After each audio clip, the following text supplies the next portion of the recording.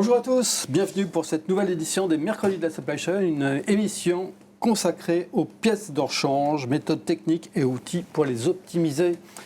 Merci d'être présents, nous sommes ravis de vous retrouver et je suis ravi également d'accueillir sur le plateau 4 experts de la pièce de rechange à qui je vais demander de bien vouloir se présenter. Peut-être commençons par Charlie. Bonjour Charlie. Bonjour Jean-Philippe, bonjour à tous. Donc Charlie Limoux, Managing Partner chez RedLink, société de conseil et d'édition de logiciels spécialisés en supply chain industrielle. À peu près 20 ans d'expérience, principalement dans le secteur aéronautique, défense et oil and gas, et notamment dans des sujets de pièces de rechange à travers des schémas directeurs ou bien des projets d'optimisation des niveaux de stock. On en parlera, j'imagine, un peu plus tard. Donc chez RedLink, on développe TwinLink, qui est une solution SaaS spécialisée. Numérique. Absolument, et principalement sur la modélisation des réseaux logistiques. Merci beaucoup Charlie. Thierry. Thierry Milaneto, société Cardex. Nous sommes concepteurs et intégrateurs de solutions intralogistiques.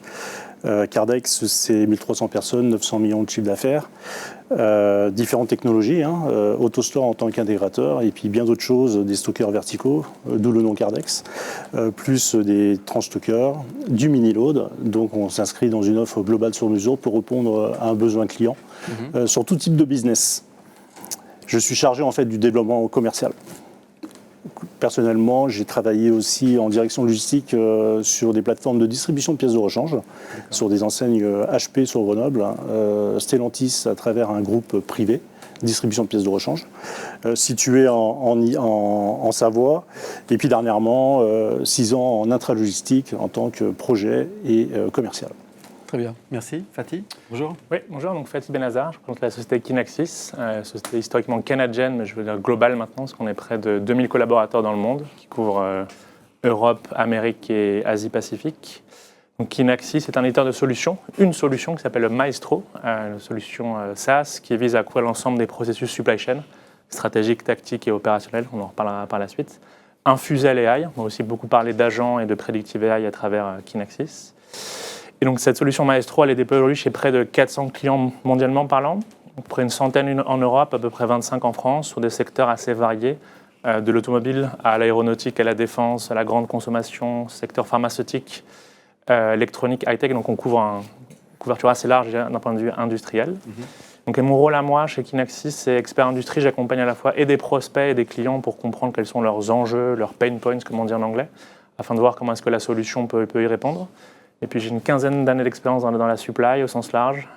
Et j'ai commencé mes jeunes années dans la pièce détachée chez Renault pendant 3 ans en tant que pilote des stocks et des flux sur la zone Europe pour la partie après-vente de chez Renault. Pilote automobile. Pilote des flux. Pilote des flux, uniquement pour l'instant. Ok, merci. Et Xavier, bonjour Xavier. Bonjour Jean-Philippe. Xavier Brun, société Actemium. Je suis chef d'entreprise d'une business unit. Actemium, c'est la marque industrie de Vinci Énergie. On est près de 400 entreprises qui vont rayonner avec un fort maillage local, proche des clients. On est intégrateur et sur ces 400 entreprises, on va être une vingtaine d'entreprises à travailler pour des solutions en intralogistique. On va mutualiser nos expertises pour accompagner le client de bout en bout, de la partie conception de l'installation, la réalisation et la maintenance. Donc on va fournir la machine, fournir les pièces de rechange. Et après, avec notre réseau également d'entreprises qui vont faire de la maintenance, on a près de 450 techniciens qui font de la maintenance postée chez nos clients sur ces installations intralogistiques.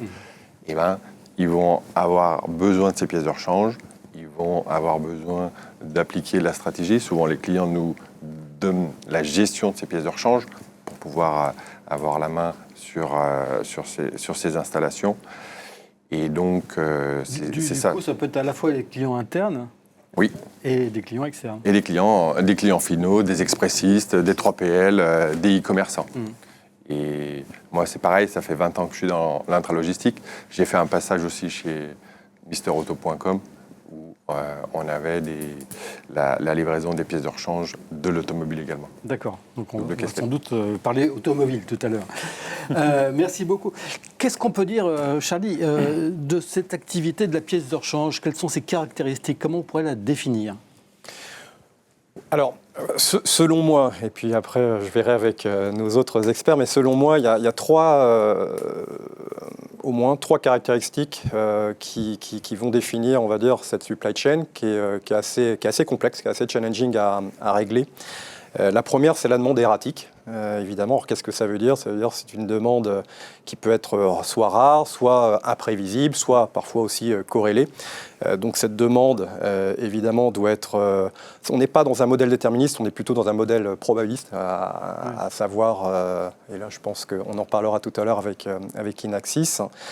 Ça, c'est le premier point. On ne peut pas faire des prévisions comme dans la grande distribution, par exemple. Non, ça ne suit pas des séries régulières. Donc, on arrive dans des choses un peu plus délicates, évidemment, à régler. C'est prévoir l'imprévisible, d'une certaine manière. Donc ça, c'est le premier point, selon moi. Le deuxième point, et qui m'a toujours passionné, finalement, puisque c'est ce que j'appelle l'asymétrie du coût de l'erreur. La symétrie du coût de l'erreur, c'est-à-dire de ne pas stocker la bonne pièce, peut engendrer évidemment des coûts absolument conséquents pour certaines industries. Alors à titre d'exemple, dans l'aéronautique et défense, lorsqu'on parle d'AOG, d'un avion qui est groundé au sol et qui ne peut pas redécoller parfois pour des pièces relativement futiles, on parle entre 10 et 150 000 $ de l'heure de ground. Dans le secteur oil and gas, on peut parfois parler d'1 million, 1,2 million d'US dollars à la journée pour un FPSO par exemple qui ne serait pas en activité. Donc cette asymétrie pour des pièces, encore une fois, pour des pièces qui ne sont pas extrêmement représentatives en termes de coûts, des joints. Donc ça, c'est pour moi une deuxième caractéristique qui est assez intéressante. Et le dernier point, qui va peut-être après nous, en tout cas, unir nos discussions, c'est un peu le triptyque contradictoire, finalement, entre un niveau de service qui doit être absolument optimum, le cash immobilisé qui doit être également bien géré, et les coûts, évidemment, tout transport, logistique, qui doivent être minimisés. Donc finalement, c'est ce doux équilibre qui doit être en permanence réglé aussi. Donc pour moi, ce sont les trois caractéristiques qui vont vraiment définir la supply chain de la pièce de rechange. Fatih, quand on entend cette définition, on imagine qu'un APS comme Maestro, par exemple, n'appréhende pas le sujet pièce de rechange comme d'autres activités. Il y a vraiment des spécificités à prendre en compte assez particulières. Oui, tout à fait. Et puis pour rebondir sur ce point, c'est que le sujet aussi de fond, c'est qu'en général, le périmètre référentiel est très large. Mon exemple automobile ou chez les constructeurs type Renault ou Stellantis, on parle d'un portefeuille produit uniquement qui va de 200 000 à 600 000 références, plus la combinatoire des lieux de stockage, qui fait que rapidement on parle en millions de combinaisons de où est-ce que je dois positionner mes stocks de pièces détachées. Et aussi que sur ce référentiel, quand on zoome, on a ce qu'on appelle en anglais une long tail, ou une longue queue en français, à savoir qu'en réalité, 20% du référentiel fait en général 90-95% des ventes. À l'inverse, 80% du référentiel vont faire que 5 à 10%. Donc en effet, on parle de faible vente, on parle de demande intermittente. Et on parle en effet de comment est-ce que je dois positionner mes stocks dans une logique à pouvoir absorber le fait que peut-être que cette pièce, d'ici les 15 prochains mois, je ne vais pas la vendre. Et que le 16e mois, il faut qu'elle soit disponible pour supporter un véhicule, un avion ou une usine. Et d'un point de vue outil, on aura le temps d'en discuter, je l'espère, mais en effet, il y a des techniques particulières. On parlera ici d'un modèle de prévision un peu spécifique pour à la fois prendre en compte cette demande intermittente et cette demande rare, sur lesquelles, en général, les techniques standards ne marchent pas très bien. Il faut des modèles un peu spécifiques. Pour rebondir sur le point de l'aéronautique, c'est également prendre plein de données en considération. On va parler aussi de données de maintenance prévues, non prévues, des données de réparation prévues ou non prévues dans le secteur automobile, des données compétition dans d'autres secteurs. Donc c'est comment aussi réussir à récupérer plein de data, la sanitiser, la hiérarchiser dans une logique à pouvoir faire des prévisions de manière un peu plus fine. Et enfin, sur le sujet de pilotage de stock, c'est en effet dans une logique à optimiser, je dirais, le working capital et les stocks, mais néanmoins comment s'assurer que je mets les stocks au bon endroit. On va parler de segmentation, on va parler de dimensionnement des stocks, on va parler de réseau logistique à optimiser, sur lequel les techniques de planification qui se reflètent dans les systèmes de planification type APS sont en effet spécifiques et assez avancées en général. Thierry, comment justement les équipementiers, quelles solutions spécifiques les équipementiers peuvent apporter justement à cette activité bien particulière de rechange? Tout à fait. C'est que Kardex, historiquement, tout à l'heure tu évoquais les stockeurs Rotatif Ouais. est une société qui s'est intéressée au sujet depuis longtemps. En fait, la supply chain de l'APR est très exigeante. Elle demande beaucoup de réactivité au regard de l'importance de rendre disponible à la fois la pièce et surtout une réactivité forte sur la livraison et la mise à disposition de cette pièce pour éviter la rupture de chaîne, pour éviter un avion qui ne peut pas décoller, qui nécessite une intervention via une pièce de rechange. Donc Kardex... il est important aujourd'hui de déployer des solutions qui justement soient performantes et réactives face à la demande. Vous l'avez bien dit tout à l'heure, en fait, la pièce de rechange, on subit le flux. On n'a pas de forecast, on n'a pas de prévision. Donc en fait, quand on se lève le matin, on découvre un peu ce qui va se passer. Et notamment pas sur du long terme de la journée, mais vraiment heure par heure. Donc il faut vraiment se doter de solutions performantes à travers justement les équipementiers pour faire face en fait à cette demande. Et comme évoqué tout à l'heure, ce qui fera la différence, c'est de pouvoir prendre un maximum de commandes en limite de cut-off de passation pour répondre aux besoins. Donc ça implique un déploiement de solutions intralogistiques performantes. Après, ce qui est important aussi, ça va être aussi l'organisation du stock, notamment le mapping en fait des pièces.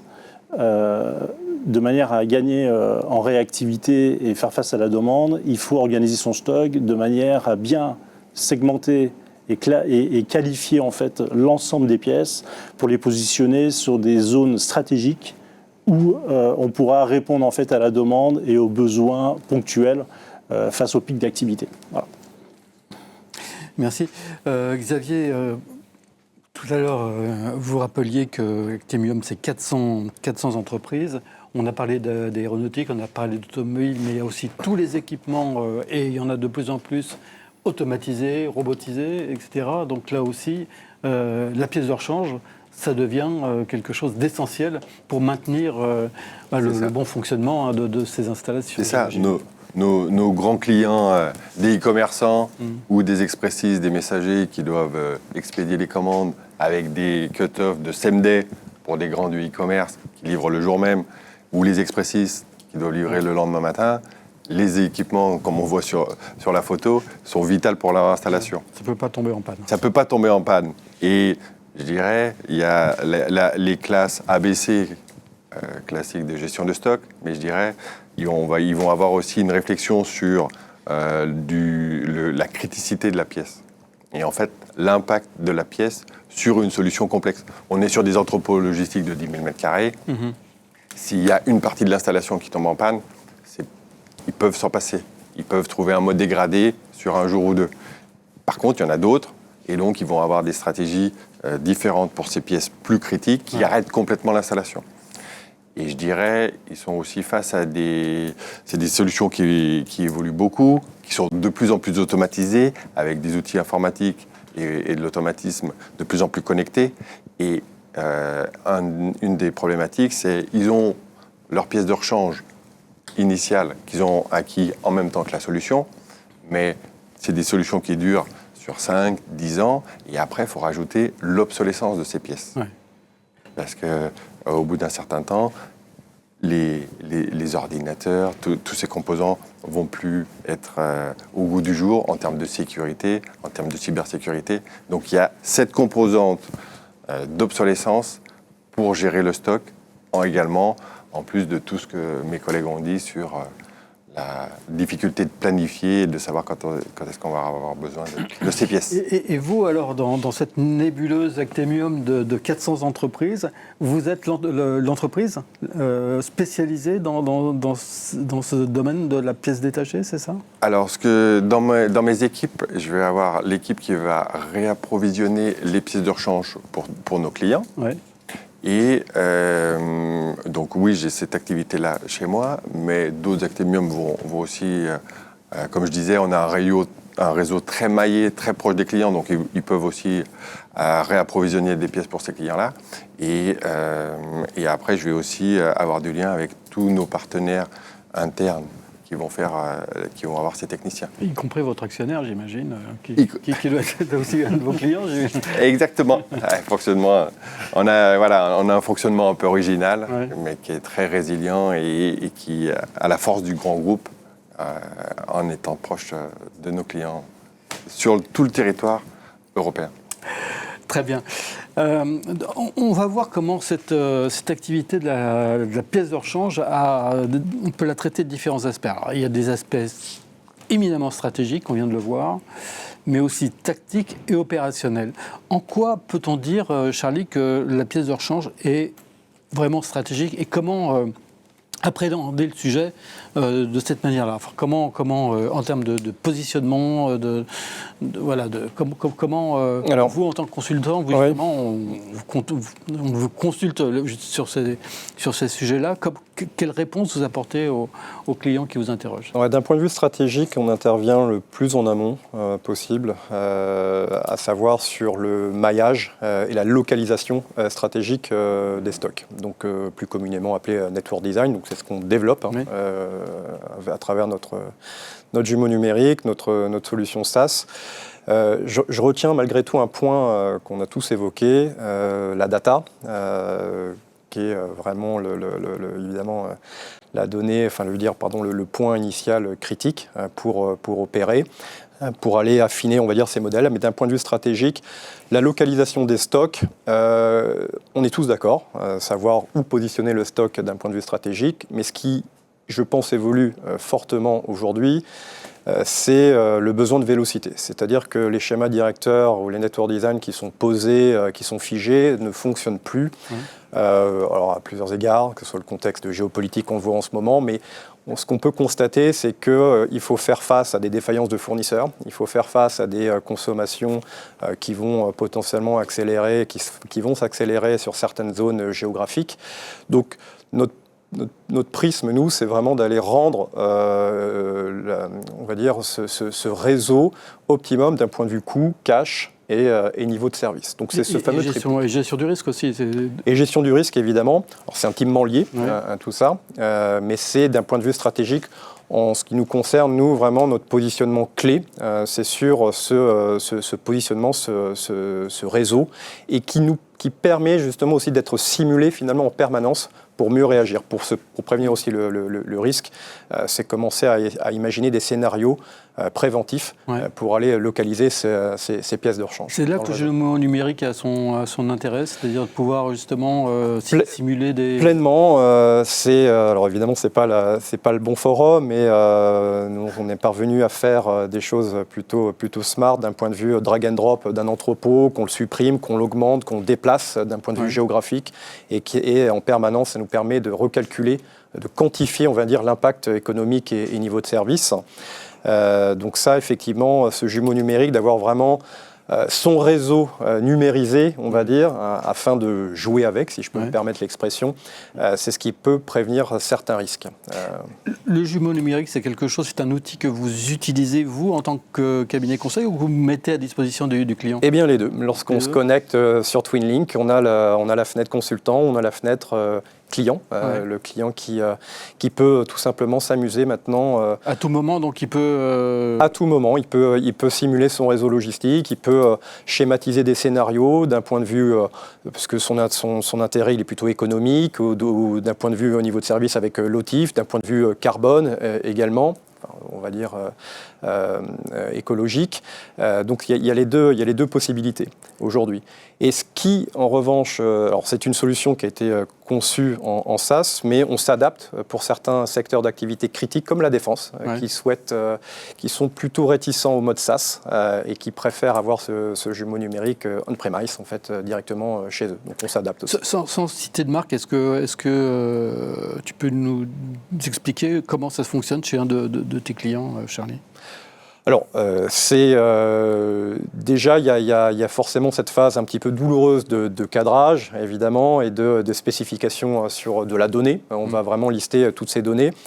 Évidemment, on a besoin on a un cadre, évidemment, qu'on va spécifier avec le client, et ensuite on va se connecter, tout simplement, avec leurs données, avec leurs ERP, principalement, ou tout autre domaine applicatif, qu'il soit WMS, TMS, APS, j'en passe et des meilleurs. Donc c'est branché. On a nos algorithmes qui tournent, notre propre capacité de calcul directement qu'on héberge et qui va permettre une représentation des résultats assez instantanée. Alors l'IA nous a beaucoup aussi aidé dans ces domaines-là, à accélérer, on va dire, le développement, à pousser des modèles un peu plus fins.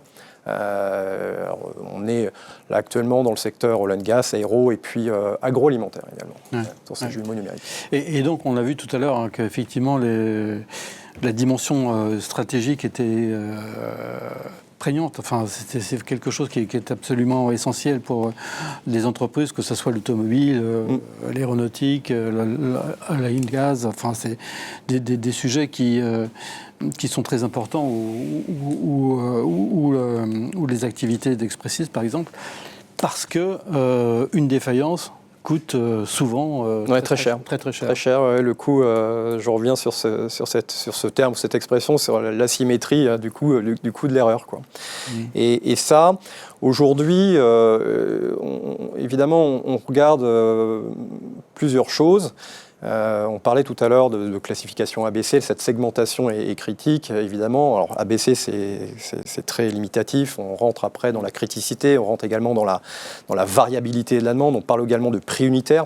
Donc finalement, on est dans une matrice à plusieurs dimensions dans laquelle on doit se positionner et appliquer une stratégie de service.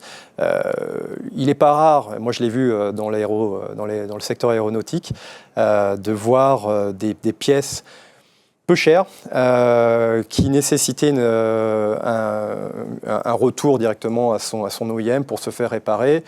Donc en termes de cycle, de TAT, on était sur des cycles absolument exorbitants. D'un point de vue coût, je ne vous en parle pas. Alors qu'il aurait, et c'est ce qu'on a proposé, ce qui a été mis en place, proposer on va dire un trade-off économique, un certain seuil économique, de se dire ça ne vaut pas forcément la peine de se faire réparer. Achetons-la neuf dans le circuit, quoi. Donc il y a aussi peut-être que cet arbitrage un petit peu entre... Il y a cet arbitrage parfois opérationnel. Alors évidemment, on est tous experts, nous sommes autour de la table aujourd'hui, on réfléchit en permanence sur ces modèles pour aller optimiser ce service, mais il y a aussi on va dire des solutions un peu plus opérationnelles, un peu plus de terrain. On parlait avec Cardex aussi, parce que c'est des opérateurs qui sont importants dans notre chaîne, dans notre supply chain. Il y a plusieurs leviers. Il y a le pooling, peut-être qu'on en parlera tout à l'heure, sur certains secteurs d'activité. Pooling, c'est le partage, d'une certaine manière, d'un stock à travers différents acteurs qui peuvent être concurrents. Donc c'est toute la délicatesse de l'exercice. Donc on ne peut pas se tromper sur l'implantation des stocks, on ne peut pas non plus se tromper sur le choix des outils informatiques. Et là, il y a une dimension organisationnelle déjà, avant d'implémenter l'outil, et puis les fonctionnalités de l'outil aussi qui doivent couvrir tous ces aspects. Fatih, oui. Et en effet, on a beaucoup parlé dessus, un peu stratégique, dimensionnement des stocks et réseau logistique. La couche plutôt stratégique et la segmentation sous-jacente, puisqu'on ne peut pas traiter toutes les références de la même manière. Notre approche chez Kinaxis, c'est l'approche bout en bout. Donc en effet, modéliser le réseau logistique en incluant les fournisseurs critiques de rang 1, voire de rang N en fonction des industries, voire les sous-traitants.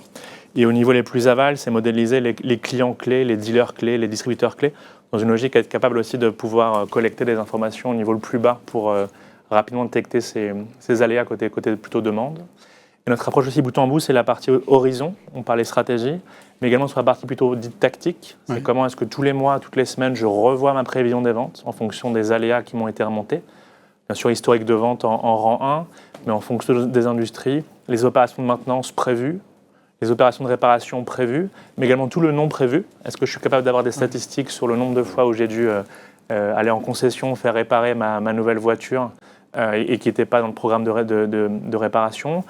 Toute la partie aussi compétition qu'on voit dans certaines industries, notamment automobiles. On voit que beaucoup d'acteurs essaient maintenant de voir le stock disponible sur les plateformes de e-commerce, les tendances qu'on a sur les réseaux. Donc, je dis avoir ces signaux pris en compte dans le sensing de la partie demande.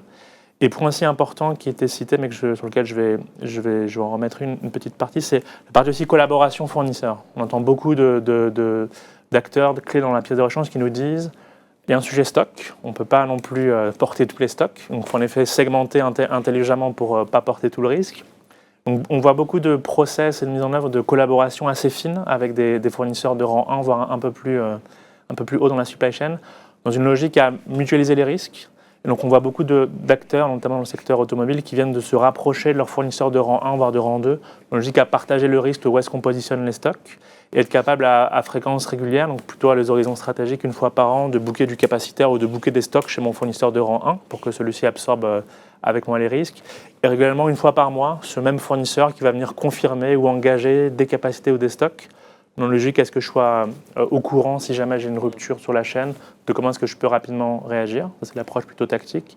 Et enfin, plutôt très opérationnelle, qu'on voit beaucoup avec nos clients chez Kinaxis, c'est comment est-ce que sur le très court terme, j'en ai là à transport, j'en ai là à entrepôt, j'ai l'information, et donc je ne peux pas rater de livrer le client sur le jour J ou à D+1. Donc comment est-ce que rapidement je peux rallouer une partie de mon flux en faisant partir les stocks d'un autre point de stockage ou d'un autre entrepôt pour livrer le client à la date qui était échue.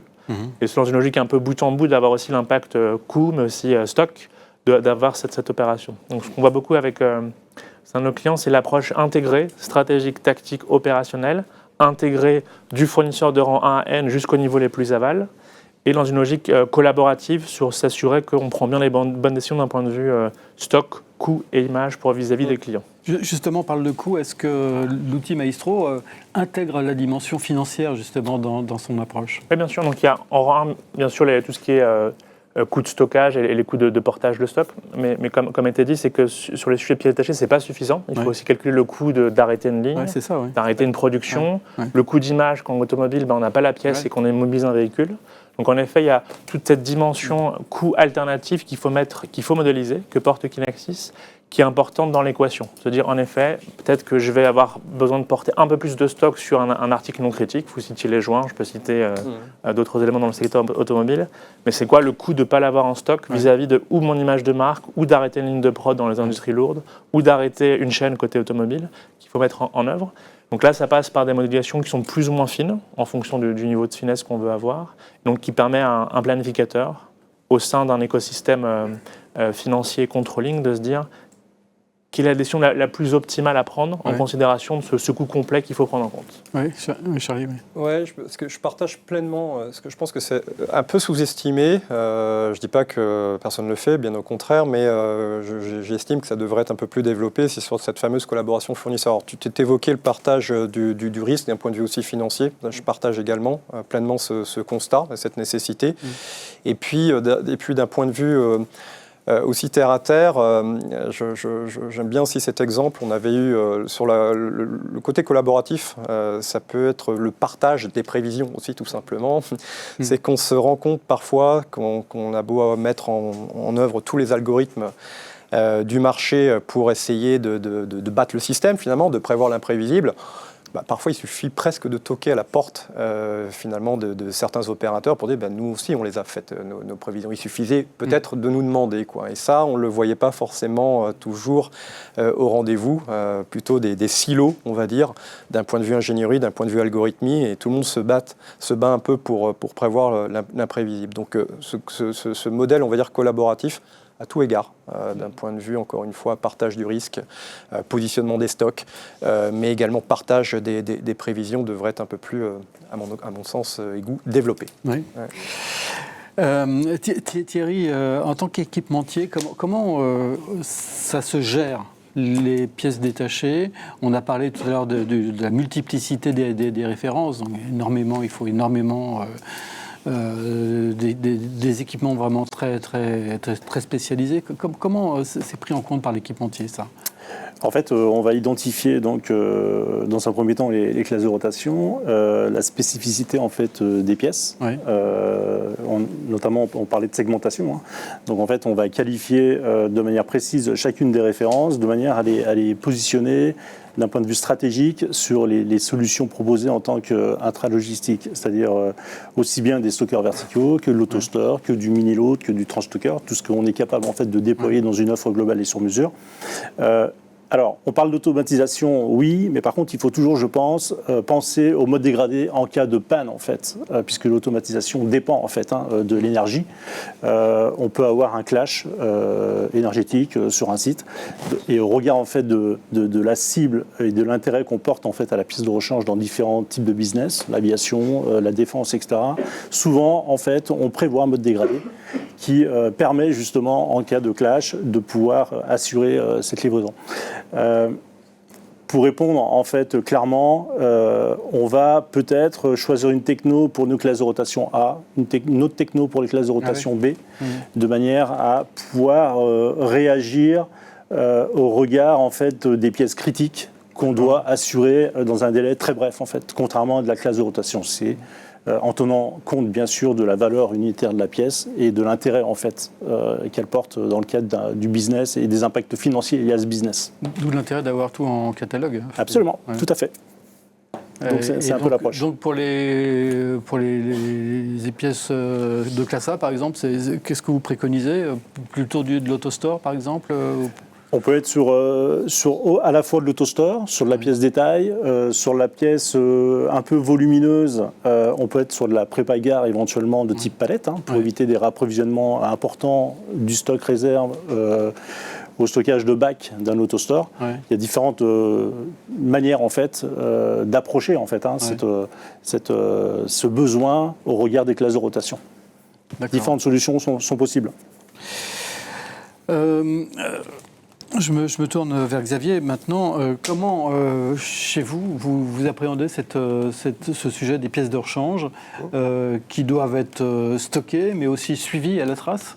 Je pense qu'il y a aussi cette notion, on ne l'a pas encore évoquée jusqu'à présent, mais la pièce de rechange, c'est quelque chose aussi, souvent une pièce critique dans la machine.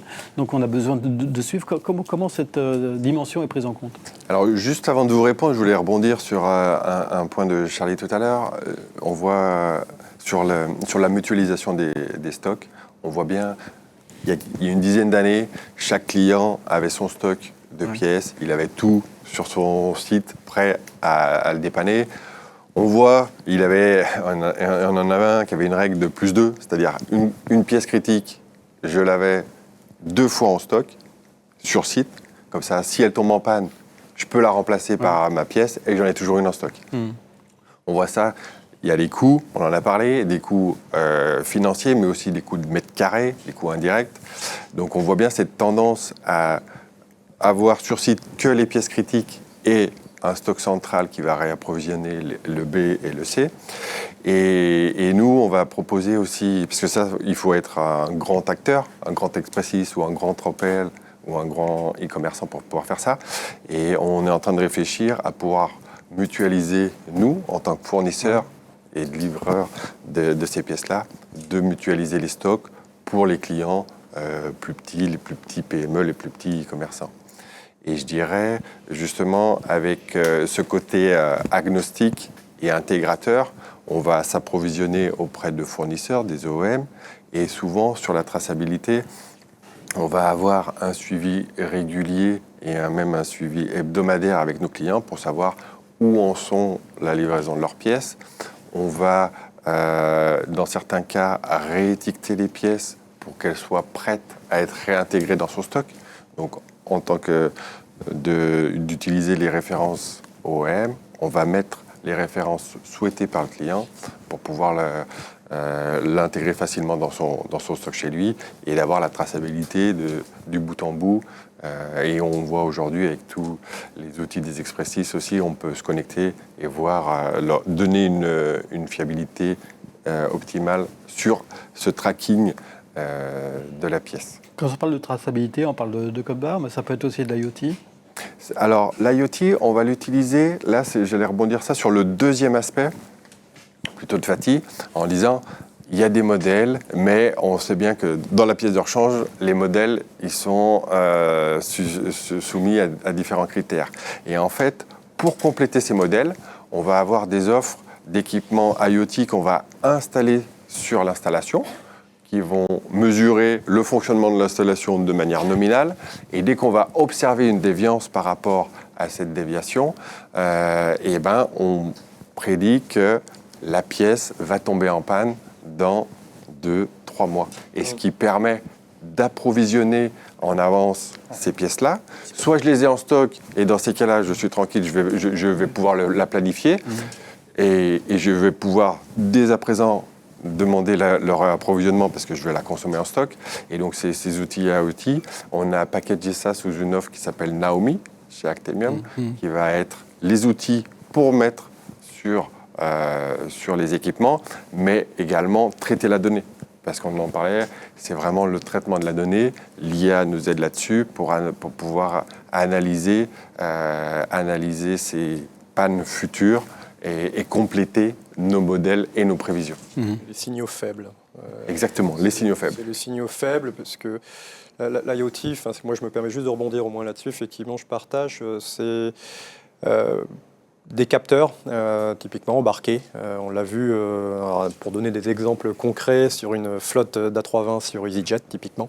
Donc des capteurs qui permettaient justement d'aller capter ce signal faible et clusteriser un petit peu ces données. Donc des choses encore une fois relativement invisibles. Pour passer d'une maintenance, on va dire, corrective à une meilleure maintenance prédictive. Et donc là, il y a aussi quelque chose, c'est complétif par rapport à des modèles, encore une fois, statistiques, d'historique, etc. Mais c'est des choses, ce sont des instruments qui nous permettent d'aller encore plus loin dans la finesse, on va dire, de la prévision, quoi. Donc effectivement, ça, c'est des technologies qui sont plutôt bien utilisées aujourd'hui d'ailleurs, je trouve. Et j'ai bien aimé aussi ce que tu disais sur la relation client-fournisseur, en disant on prévoit tout ça, on a des stocks, on a de la logistique, mais on se retrouve souvent dans des situations d'urgence. Et on a eu le cas sur un expressiste qui avait une chaîne à l'arrêt, il s'était trompé dans son stock, il n'avait pas la pièce. Alors via notre contrat de maintenance, il nous avait appelé et on a pu gentiment aller emprunter la pièce c'était en région parisienne, chez un 3PL qui avait gentiment accepté de pouvoir dépanner. Notre technicien est allé chez l'autre client, prendre la pièce et la mettre en place. On a bien évidemment réapprovisionné le 3PL, mais cette relation humaine et cette relation client-fournisseur, c'est essentiel. Il ne faut pas, tu le disais tout à l'heure, il ne faut pas hésiter à poser les questions et à contacter ces gens-là. Vous non plus, n'hésitez pas à poser vos questions dès maintenant via le chat. Bien sûr, les intervenants se feront un plaisir d'y répondre à la fin des échanges. On a parlé de pooling. Est-ce qu'il y a aujourd'hui des gains de productivité encore à aller chercher dans ce domaine de la mutualisation des stocks de pièces de rechange ? Notamment, on va prendre par exemple le secteur automobile. Est-ce que dans le secteur automobile, et là je m'adresse à Fatih, il y a, est-ce que vous avez le sentiment qu'il y aurait des choses encore à faire pour permettre une mutualisation et des gains de coûts dans le domaine de la pièce de rechange ? Non, tout à fait. On va dire que le niveau de maturité en automobile est plutôt fort par rapport à d'autres industries qui sont dénigrées d'autres secteurs. Mais en effet, c'est une industrie ou un secteur qui optimise au centime près, à l'euro près, parce qu'on parle de volumétrie de pièces et de véhicules qui font qu'un centime peut générer derrière plusieurs millions en échelle d'économie. On parlait par exemple, chez les collaborations, mutualisation des risques avec les fournisseurs. C'est un sujet que j'ai vu déjà il y a 15 ans, quand j'étais plus jeune dans le secteur automobile. Si on faisait encore la photo à date, il n'est pas déployé partout. Il est vrai de quelques fournisseurs stratégiques vis-à-vis des OEM, mais ce n'est pas encore un modèle qui a été, je dirais, suffisamment été utilisé et déployé, de mon avis, sur l'ensemble des acteurs OEM dans cet exemple-là. On reste encore quand même dans beaucoup de schémas sur les logiques de clients à fournisseurs. Et si je prends l'exemple de grands acteurs OEM en France, ils ont en tête le top 10, top 20 des fournisseurs de rang 1 sur lesquels ils veulent sécuriser leurs capacitaires ou partager des prévisions. Après, sur tout le reste, un OEM s'appuie en général sur 4 à 6 000 fournisseurs. Je prends l'exemple de Renault, par exemple. Donc, voilà, tout le reste n'est pas couvert. Question un peu de priorisation, de charges et de process à mettre en œuvre. Donc il y a bien sûr des sujets derrière. Mais entre ces 6 000 fournisseurs et le constructeur, il n'y a pas d'intermédiaire qui permettrait de mutualiser les Il y a quelques grands acteurs qui se mettent en place. Il y avait des grands acteurs déjà qui appartenaient aux constructeurs. Hein. Exactement. Je pense à des Jeffco ou à la 4 par exemple, qui en son temps avait été créé pour ça, quoi, en fait. Tout à fait. Après, particulièrement sur le secteur automobile, la tendance qu'on voit pas mal, c'est les OEM, c'est de un peu réincorporer cette supply chain. Ils se rendent compte que d'un point de vue marge, les véhicules en tant que tels unitaires n'ont pas beaucoup de marge, ou voire quelquefois des marges négatives.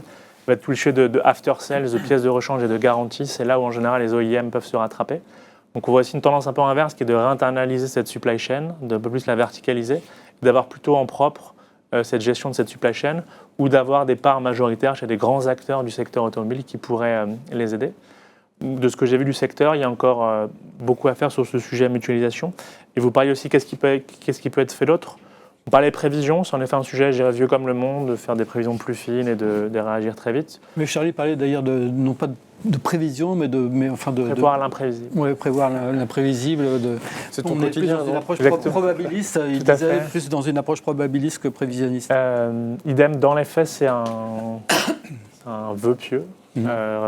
On faisait à la photo des grands acteurs du secteur automobile, à quel point est-ce qu'ils utilisent des modèles avancés et un florilège de data un peu fine pour pouvoir faire ces prévisions. On est sur l'exception. La majorité des acteurs encore s'appuient sur des approches plutôt, je dirais, traditionnelles, avec les limites qu'on leur connaît bien. En effet, on parle ici d'AI, de sujets plutôt machine learning, qui sont bien compris, qui sont bien connus, mais qui ne sont pas, à mon niveau, bien déployés sur cette industrie. En effet, l'industrie automobile, c'est des euros, c'est des centimes. Et en effet, pour lancer des projets de ce type, c'est aussi un peu regardant sur le budget.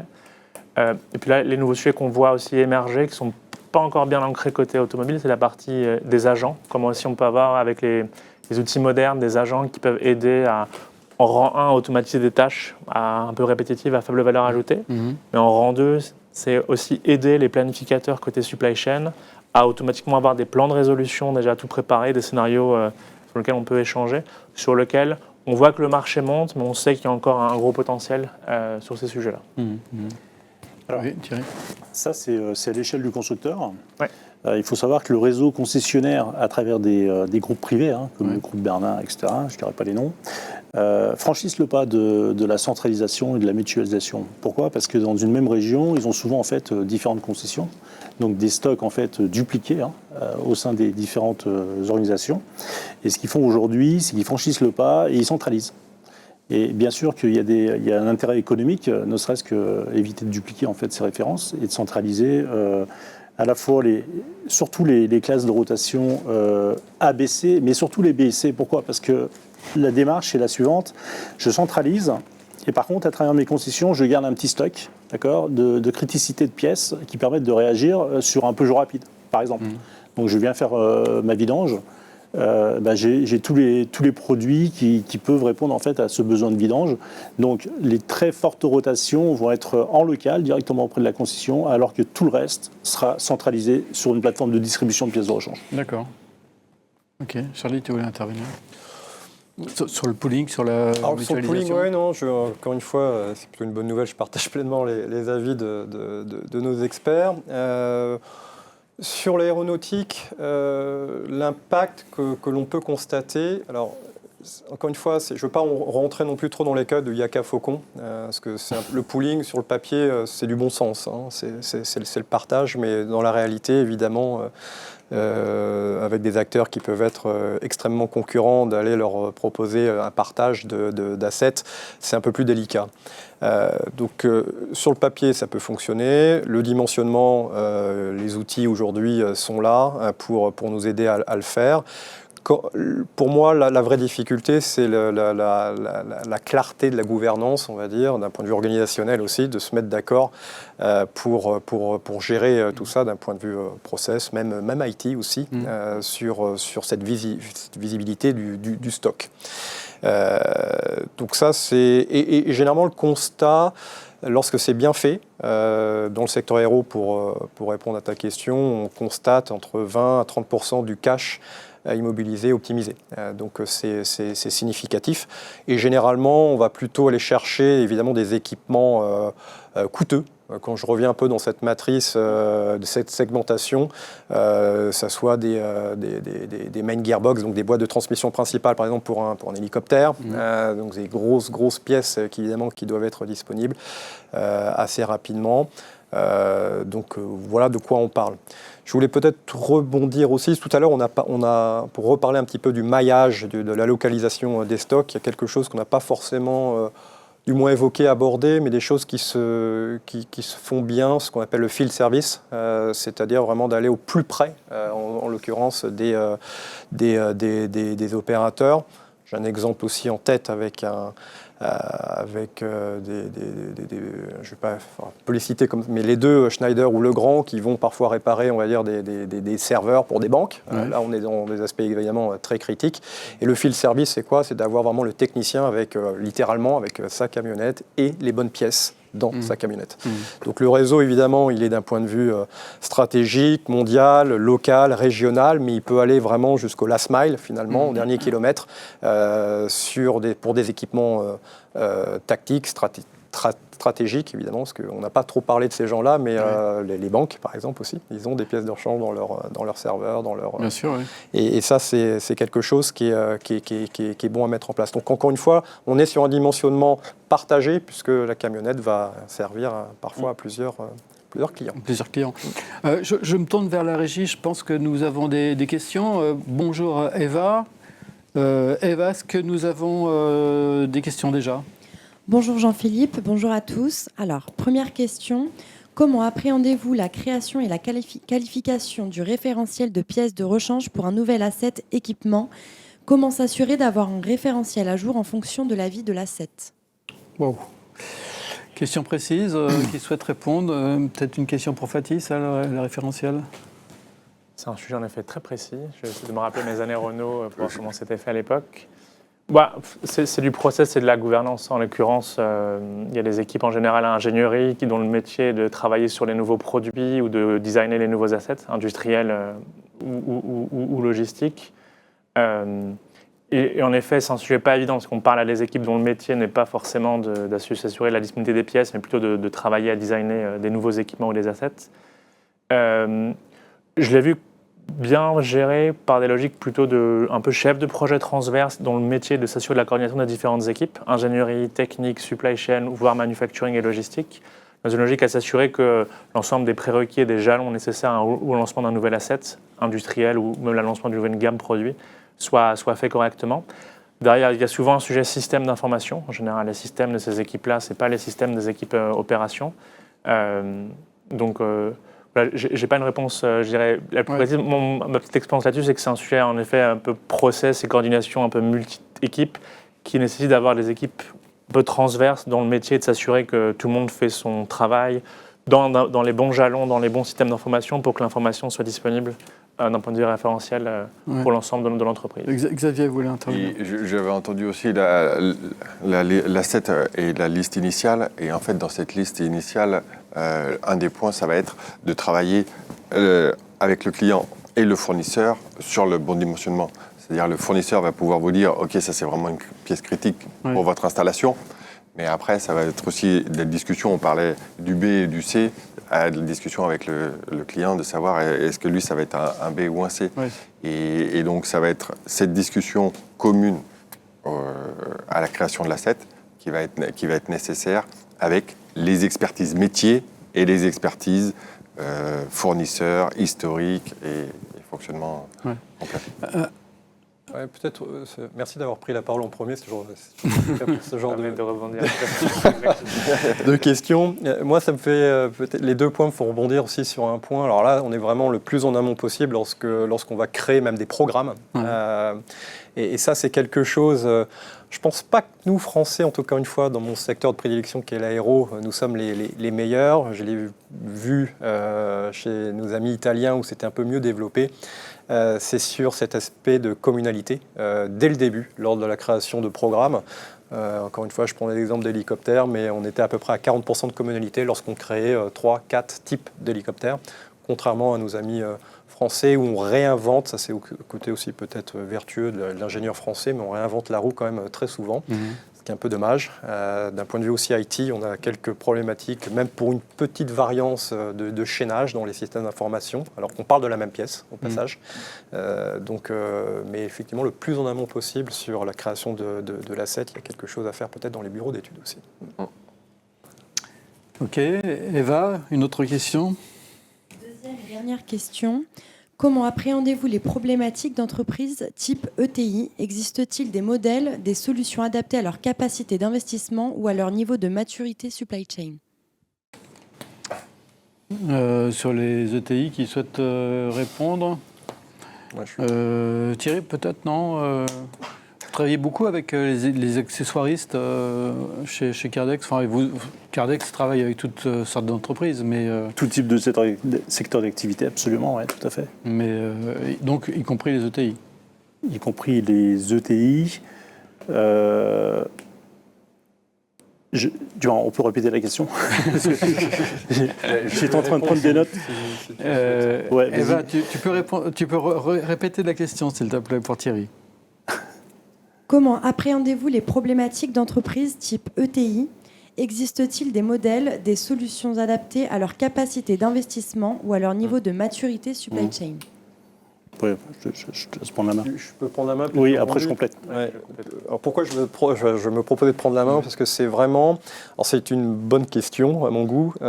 C'est qu'aujourd'hui, ce que j'appelais dans le conseil un peu le star business, c'est-à-dire vraiment de s'occuper que des grands. On a parlé tout à l'heure, on les a tous cités, les Airbus, les Renault, etc. Mais il y a évidemment toute cette couche ETI qui n'ont pas forcément ces capacités d'investissement et qui souhaitent aussi réagir assez rapidement. Alors, c'est ce que la création de notre logiciel TwinLink s'adresse principalement justement à ce secteur d'activité, ce jumeau numérique qui permet vraiment d'aller modéliser pour un coût relativement faible. Je connais les coûts de mes concurrents, des grosses solutions, des grosses armadas qui sont évidemment assez fines, mais je reviens toujours sur cette problématique de vélocité, lorsqu'on signe pour un SAP, un Lamasoft, un Coupa, etc.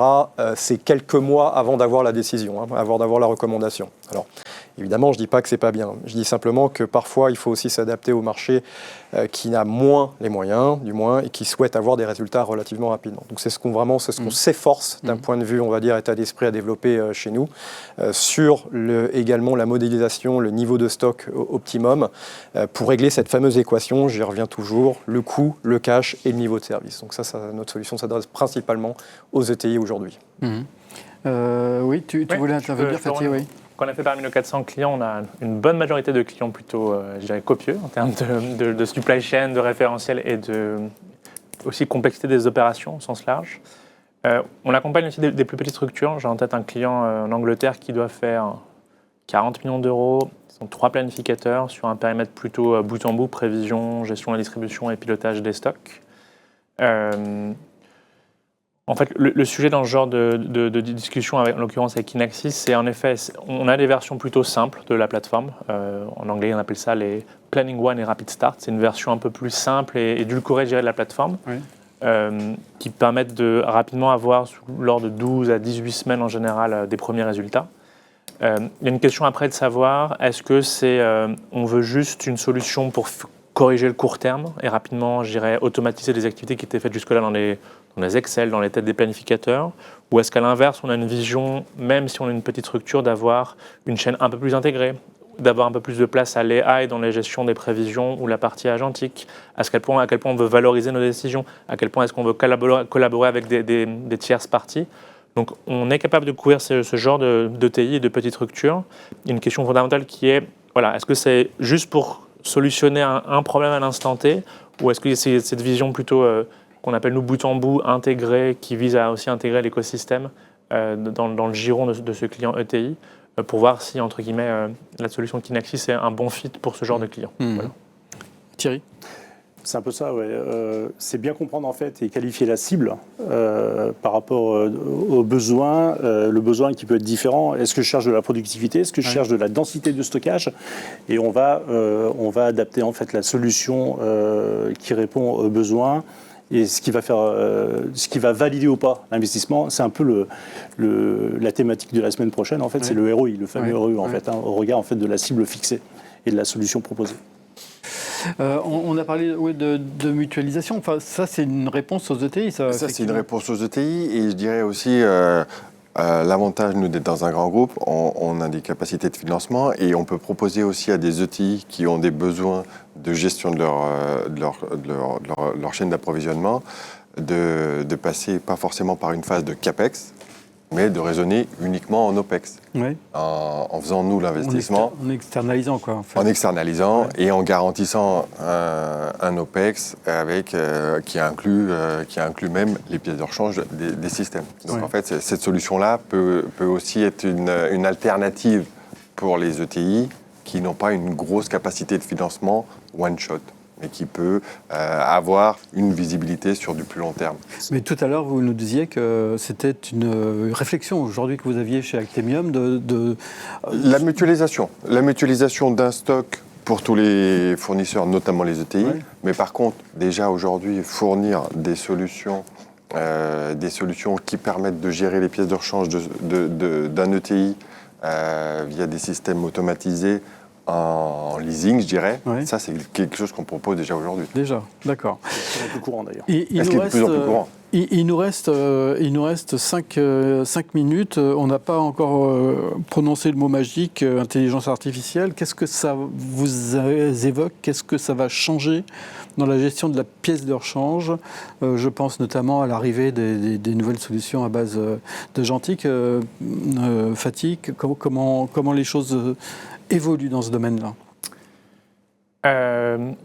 Ça évolue très vite. Il y a 2 ans, on pensait que c'était un doux mirage, les AI. Là, on voit des projets qui se lancent sur ces thématiques-là. Gartner, qui est un organisme qui fait pas mal de veille technologique, prédit qu'à l'horizon 2028, donc c'est dans 2 ans, 15% des décisions côté supply chain vont être prises avec des agents. Les thématiques qu'on voit dans ce secteur, sur la partie pièces de rechange particulièrement, on a beaucoup parlé prévision, je vais juste le passer très vite.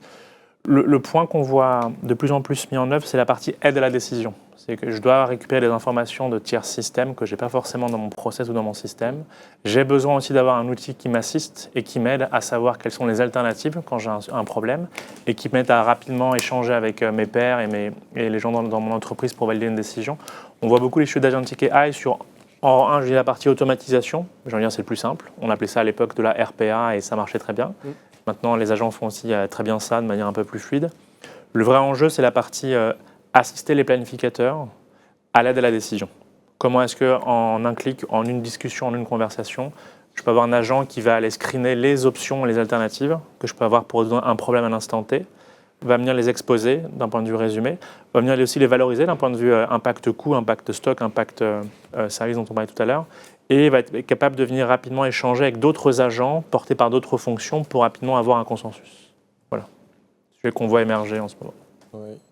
Là, il y a deux choses. Nous, on voit l'IA comme un bon propulseur. Je rejoins ce que tu disais également. Sur la détection des signaux faibles, ça, c'est quelque chose où l'IA nous aide fortement.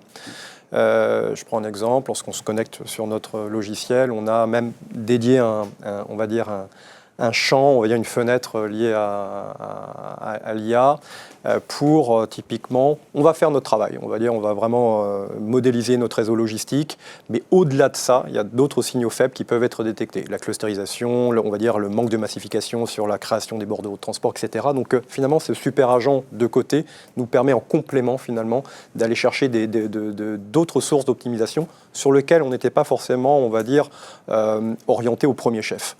Donc ça, c'est quelque chose d'assez intéressant. Et puis, c'est finalement un petit peu tout ce qui est aussi complétif. Tu parlais aussi d'autres éléments exogènes qui viennent faire mûrir, on va dire, nos modèles. Donc ça, on y voit quand même une grande avancée là-dessus. Et je compléterai avec le côté terrain. Justement, nous, on a équipé nos techniciens de maintenance de systèmes d'IA pour, j'ai une panne sur ma machine, je vais démonter ma pièce défectueuse, j'identifie ma pièce et avec le téléphone, je vais pouvoir prendre une photo, un peu d'OCR pour lire la référence, un peu d'imagerie, de vision pour avoir la forme et retrouver cette pièce-là dans le stock, savoir où elle est, à quel emplacement, chez quel fournisseur, toutes les informations. Donc vraiment un outil opérationnel d'aide, encore une fois, comme tout le monde le disait, d'aide à la décision à tous les niveaux de la chaîne. C'est vraiment une aide importante. Et pour rebondir, c'est d'autant plus vrai sur la reverse logistique, en fait, parce qu'on ne l'a pas évoqué. Et aujourd'hui, un technicien face à une panne, il peut être, du moins, le réflexe qu'il a, il a tendance, en fait, à qualifier plusieurs pièces, notamment peut-être 4 pièces, et de s'en servir que d'une, et de renvoyer en fait les 3. Et la reverse logistique, en fait, on sait tous que c'est coûteux, hein, quelque part. Et je pense que l'IA a une vraie valeur ajoutée sur la qualification du besoin pour éviter justement d'accroître en fait ce retour de pièces régulier. Eh bien, merci. Merci à tous les 4 pour nous avoir éclairé de votre expertise sur la pièce de rechange. Merci à vous d'avoir suivi ce débat et nous vous donnons rendez-vous la semaine prochaine pour, comme l'évoquait tout à l'heure Thierry, à une table ronde autour du retour sur investissement des systèmes robotisés et automatisés. Merci à vous. Merci, à bientôt. Merci à tous.